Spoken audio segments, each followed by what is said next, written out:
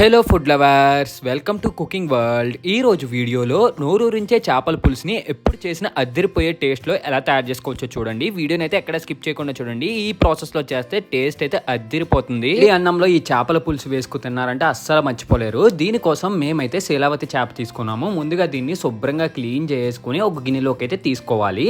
తర్వాత ఇందులోకి తగినంత పసుపు వేసుకుని తర్వాత ఇందులో 1 నుండి 2 టేబుల్ స్పూన్ల కల్లుప్పు కానీ లేకపోతే నార్మల్ సాల్ట్ కానీ వేసుకోండి.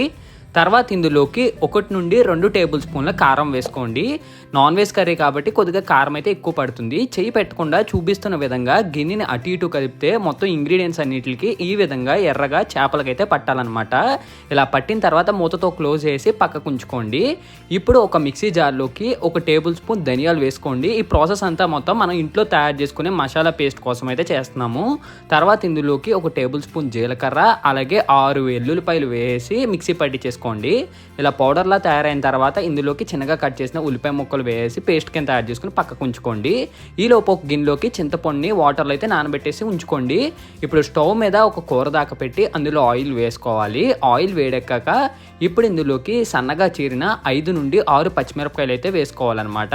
స్టవ్ని అయితే లో టు మీడియం ఫ్లేమ్లో పెట్టేసుకుని ఇవి పచ్చివాసన పోయేంత వరకు బాగా వేపుకోవాలి. ఇలా బాగా వేగాక ముందుగా మనం మ్యారినేట్ చేసి పెట్టుకున్న చేపలు ఉంటాయి కదా, ఆ చేపల్లోకి పచ్చిమిరపకాయలు అయితే వేసేసేయాలి. ఈ పచ్చిమిరపకాయలు ఇలా వేయడం వల్ల ఈ చిల్లీ ఫ్లేవర్ అంతా ఈ చేపలకైతే పడుతుంది. తర్వాత అదే దాకలోకి ముందుగా మనం ఆడి పెట్టుకున్న మసాలా పేస్ట్ ఉంటుంది కదా, ఆ మసాలా పేస్ట్ అయితే వేసేసుకోవాలి. ఇలా పేస్ట్ వేయడం వల్ల గ్రేవీ అయితే ఎక్కువ వస్తుంది అనమాట. తర్వాత ఇందులోకి 1 టేబుల్ స్పూన్ పసుపు అలాగే 1 టేబుల్ స్పూన్ కల్లుప్పు వేసుకోండి. ఆల్రెడీ సాల్ట్ వేసుకున్నాం కాబట్టి చేపలు కలుపుకున్నప్పుడు కొద్దిగా తక్కువే పడుతుంది. ఇప్పుడు గరిటెతో బాగా కలుపుకుని ఆయిల్ పైకి తేరాక ముందుగా మనం కలిపెట్టుకున్న చేప ముక్కలు ఉంటాయి కదా, ఆ చేప ముక్కలన్నీ ఈ గ్రేవీలోకి అయితే వేసేసుకోవాలన్నమాట. ఇలా గ్రేవీలోకి వేసేసుకుని అప్పుడు పులుసు పెట్టుకుంటే మనకి టేస్ట్ అయితే చాలా బాగుంటుంది. ఇలా ముక్కకి తగలకుండా మనం ఖాళీ ఉండేలాగా ఈ విధంగా అయితే వేసేసుకోవాలి. తర్వాత ఇందులోకి మనకి పచ్చిమిరపకాయలు ఉంటాయి కదా, అవి కూడా వీటితో పాటు అయితే వేసేసుకోండి. ఇలా వేసుకుని స్టవ్ని అయితే లో టు మీడియం ఫ్లేమ్లో అయితే పెట్టుకోండి.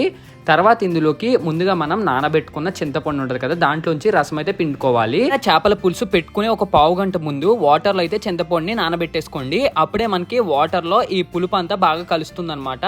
తర్వాత ఈ పులుసుని ఇందులోకి వేసి గరిటతో కాకుండా క్లాత్తో ఈ దాకన అటు ఇటు కదిపితే మొత్తం ఈ ఫ్లేవర్ అంతా ఈ చేప ముక్కలకైతే పడుతుంది. ఇప్పుడు దీనిపైన మూతతో క్లోజ్ చేసి కాసేపు అయితే ఉడకనివ్వాలి. కాసేపు ఉడికాక మూత ఓపెన్ చేసేసి ఇందులో కొద్దిగా కరివేపాకు వేసుకోండి. కరివేపాకు వేయడం మంచి ట్రెడిషనల్ టేస్ట్ అయితే వస్తుంది అనమాట. ఇప్పుడు కూర దాకని అటు ఇటు కలుపుకోవాలి. ఇలా కలుపుకున్న తర్వాత ఇందులోకి మనం ముందుగా తీసి పెట్టుకున్న శన అయితే వేసుకోవాలి. మేము తీసుకున్న చేపలో అయితే శన ఉందనమాట. ఇలా కూర ఉడుకుతున్నప్పుడు ఈ శన వేసేసుకోండి. తర్వాత మూతతో క్లోజ్ చేసి లో టు మీడియం ఫ్లేమ్లో కాసేపు అయితే ఈ పులుసుని ఉడకనివ్వాలి. తర్వాత మూత ఓపెన్ చేసి చూస్తే ఆయిల్ పైకి తేరి ఇలా బబుల్స్ కింద వస్తుంది అనమాట. ఇప్పుడు ఇందులోకి కొద్దిగా కొత్తిమీర అయితే వేసుకోండి. ఇలా కొత్తిమీర వేయడం వల్ల ఈ పులుసు మంచి టేస్ట్ రావడమే కాకుండా స్మెల్ కూడా మంచిగా వస్తుంది అనమాట. నీసు వాసన అయితే గుమ్మినిపోతుంది. తర్వాత మూతతో అయితే క్లోజ్ చేసేయండి. కాసేపు ఈ ఫ్లేవర్ అంతా ఈ పులుసుకి పట్టేంత వరకు ఉంచి తర్వాత మూత ఓపెన్ చేసుకుని ఒక ప్లేట్లో వేసుకోవడం. వేడి వేడి అన్నంలో పులుసు వేసుకుని చేప కలుపుతుంటే టేస్ట్ అయితే అద్దిరిపోతుంది. That's it for today guys. Video మీకు నచ్చినట్టయితే లైక్ చేసి షేర్ చేసి సబ్స్క్రైబ్ చేయండి. ఇంకా నెక్స్ట్ వీడియోలో మళ్ళీ కలుద్దాం. బాయ్.